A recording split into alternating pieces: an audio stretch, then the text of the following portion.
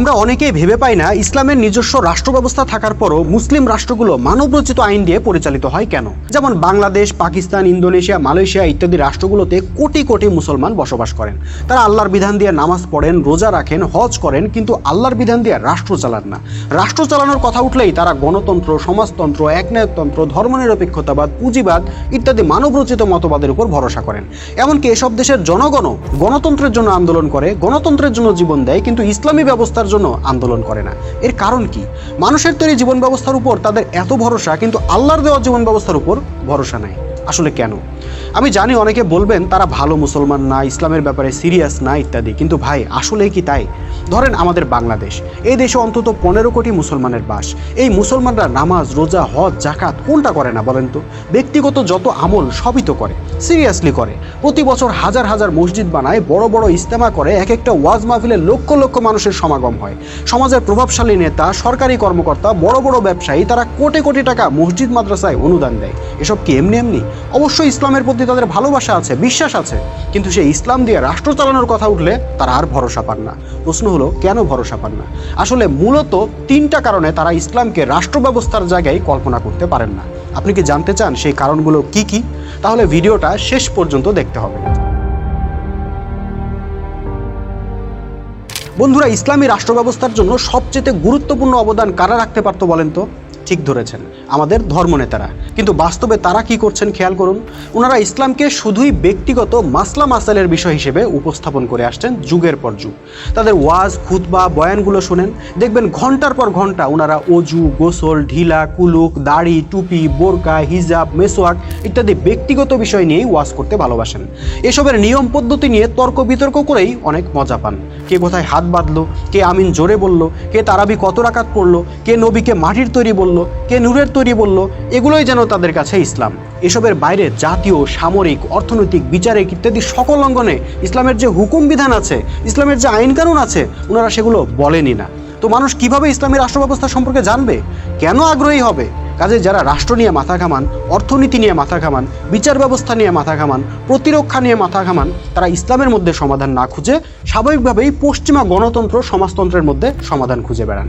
তবে হ্যাঁ, কিছু ধর্মীয় সংগঠন অবশ্য মিনমিন করে ইসলামী রাষ্ট্র ব্যবস্থার কথা বলার চেষ্টা করে বা রাষ্ট্রীয়ভাবে আল্লাহর আইন চালু করার কথা বলে থাকে, কিন্তু দুঃখজনক বাস্তবতা হলো তাদের আবার আরেক প্রবলেম।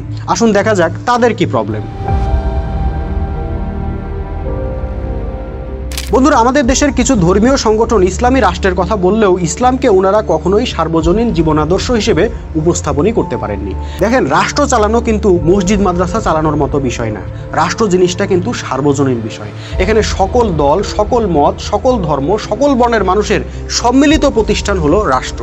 কাজে আপনি যখন ইসলামকে রাষ্ট্রের জন্য প্রস্তাব করবেন, তখন সেই ইসলামী ব্যবস্থাকেও সকল দল, সকল মত, সকল ধর্ম, সকল বর্ণের মানুষের জন্য উপযোগী হিসেবে উপস্থাপন করতে হবে, যা ইসলামী সংগঠনগুলো করতে চরমভাবে ব্যর্থ হয়েছেন। কিভাবে ব্যর্থ হয়েছেন?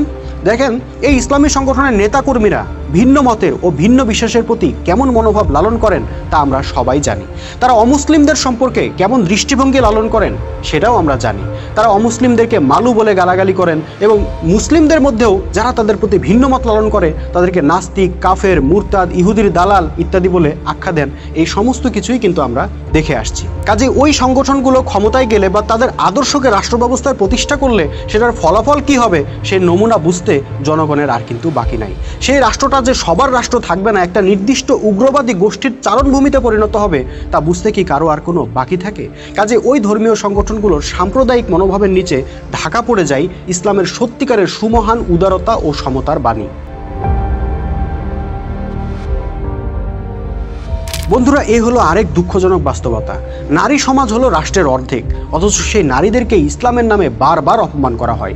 তথাকথিত ইসলামী সংগঠনের নেতা, কর্মী ও ধর্মনেতারা তো পারলে আজকেই দেশের সমস্ত নারীকে ঘরের বাইরে যাওয়া নিষিদ্ধ করে দিত, কিন্তু পারছে না, কারণ সেই ক্ষমতা তাদের হাতে নাই। সেকুলার রাষ্ট্রের আইন কানুনের সুযোগ নিয়ে এবং ওই ধর্মনেতাদের চোখ রাঙানি উপেক্ষা করে আমাদের নারীরা কোনো রকমে চাকরি বাকরি, ব্যবসা বাণিজ্য, পড়াশোনা চালিয়ে যাচ্ছে। তাহলে এই নারীরা কিভাবে, কোন যুক্তিতে মানবরচিত আইন বাদ দিয়ে ইসলামী ব্যবস্থার পক্ষে দাঁড়াবে আপনিই বলেন?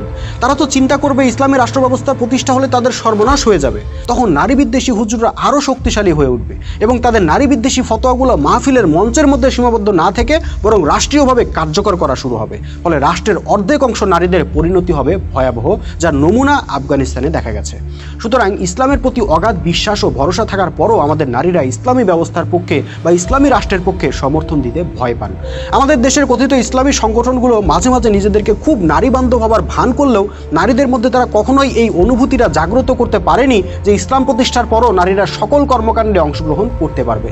তারা এই কথা বলতে পারেনি যে নারীদেরকে বাক্সবন্দি করা রাষ্ট্রের লক্ষ্য হবে না, বরং নারীরা যাতে নির্ভয়ে নিরাপদে টেকনাফ থেকে তেঁতুলিয়া হেঁটে যেতে পারে সে নিরাপদ সমাজ প্রতিষ্ঠা করাই তাদের উদ্দেশ্য হবে। যেহেতু সেই ভরসা নারীরা পায়নি, তাই মন্দের ভালো হিসেবে মানবরচিত ব্যবস্থাকেই ভরসা করছে যুগের পর যুগ, যদিও মানবরচিত ব্যবস্থাগুলো নারীদেরকে বরাবরই ভোগ্য পণ্যের বেশি কিছু ভাবেনি। বন্ধুরা, এখন আশা করে বুঝতে পেরেছেন কেন ইসলামে বিশ্বাসী হবার পরও, আল্লাহ, রসুল, কুরআন, হাদিসে বিশ্বাসী হবার পরও, নামাজি, রোজাদার, হাজি সাহেব হবার পরও আমাদের দেশের বিরাট সংখ্যক জনগোষ্ঠী রাষ্ট্রীয়ভাবে ইসলামের বিধান প্রতিষ্ঠার চিন্তা করতে ভয় পান। আসলে এর জন্য জনগণ দায়ী নয়, দায়ী ওই গোষ্ঠীটা যারা ইসলামের ধারক বাহক হিসেবে নিজেদেরকে জাহির করেন, কিন্তু ইসলামকে রাষ্ট্রীয় পরিমণ্ডলে প্রতিষ্ঠা করার উপযোগী হিসেবে উপস্থাপন করতে ব্যর্থ হন। এখন প্রশ্ন হলো, তাহলে উপায় কি? বন্ধুরা, উপায় কিন্তু একটাই। যেই উগ্রবাদী সাম্প্রদায়িক নারী বিদ্বেষী গোষ্ঠীটা এতদিন ইসলামকে রিপ্রেজেন্ট করেছে, যারা নিজেদেরকে ইসলামের সোল এজেন্ট, ইসলামের ধারক বাহক হিসেবে নিজেদেরকে জাহির করেছে, তাদেরকে বয়কট করে আমরা নিজেরাই ইসলামের ঝান্ডা হাতে তুলে নিতে হবে। আমরা যারা সাধারণ মানুষ আছি, হয়তো মাদ্রাসায় পড়ি নাই, হয়তো ইসলামী সংগঠনের 100টা বইয়ের সিলেবাস কমপ্লিট করতে পারি নাই, হয়তো অনেকে লেখাপড়াও জানি না, কিন্তু আমরা তো ইসলামকে রাষ্ট্রীয় জীবনে দেখতে চাই। আমরা তো আর নারী বিদ্বেষী নই, আমরা তো আর অমুসলিমদেরকে ঘৃণা করা শিখি নাই, আমরা তো মানবাধিকারে বিশ্বাসী। কাজে আমরা কিন্তু চাইলেই ইসলামকে আধুনিক প্রগতিশীল জীবন ব্যবস্থা হিসেবে বিশ্ব দরবারে তুলে ধরতে পারি। ওরা কেন ইসলামকে প্রতিনিধিত্ব করবে, বরং আমরাই ইসলামকে প্রতিনিধিত্ব করতে পারি। হ্যাঁ, তখন ওরা হয়তো আমাদেরকে দেখে হাসবে, ট্রল করবে, যেভাবে সাহাবীদেরকে দেখে আবু জাহেলরা ট্রল করতো। তারা হয়তো বলবে, তোমার তো মিয়া আরবি উচ্চারণই ভুল, তোমার তো দাড়িই নাই, তুমি তো মাদ্রাসাতেই পড়ো নাই, তোমার তো পেটে বোমা মারলেও আরবি বের হবে না, ইত্যাদি। কিন্তু মনে রাখতে হবে, 1400 বছর আগে প্রথমবার যখন ইসলাম প্রতিষ্ঠা হয়েছিল, সেটা কিন্তু মুফতি মাওলানা বা ডক্টর ব্যারিস্টার দিয়ে হয় নাই, হয়েছিল সাধারণ মানুষদেরকে দিয়েই। আমি অনেক সময় চিন্তা করি, রাসূল সাল্লাল্লাহু আলাইহি ওয়াসাল্লাম যে নবী হবেন সেটা তো আল্লাহ জানতেন। তাহলে আল্লাহ কেন ছোটবেলা থেকেই রাসূল সাল্লাল্লাহু আলাইহি ওয়াসাল্লামকে লেখাপড়া শেখানোর ব্যবস্থা করে দিলেন না? আবু জাহেল লিখতে পড়তে পারতো, কিন্তু রাসূল সাল্লাল্লাহু আলাইহি ওয়াসাল্লাম পারতেন না। আল্লাহ কেন এমনটা হতে দিলেন? আসলে এখন বুঝি, আল্লাহ এটা পরিকল্পনা করে, ইচ্ছা করেই এটা ঘটিয়েছিলেন। কারণ আল্লাহ একটা ঐতিহাসিক শিক্ষা আমাদেরকে দিতে চেয়েছিলেন যে আমার দিন প্রতিষ্ঠার জন্য আমার নবীকে অনেক বড় ডক্টরেট হতে হয় নাই, অনেক বড় মুফতি মাওলানা হতে হয় নাই, এমনকি অক্ষর জ্ঞানও প্রয়োজন পড়ে নাই। সুতরাং তোমাদেরও কিছু লাগবে না, তোমরা সাধারণ মানুষরাই দিন প্রতিষ্ঠার জন্য যথেষ্ট হবে যদি মোমেন হতে পারো, যদি জানমাল দিয়ে সংগ্রাম করতে পারো। এতে আবু জাহেলরা যতই ট্রল করুক, বিজয় তোমাদেরই হবে।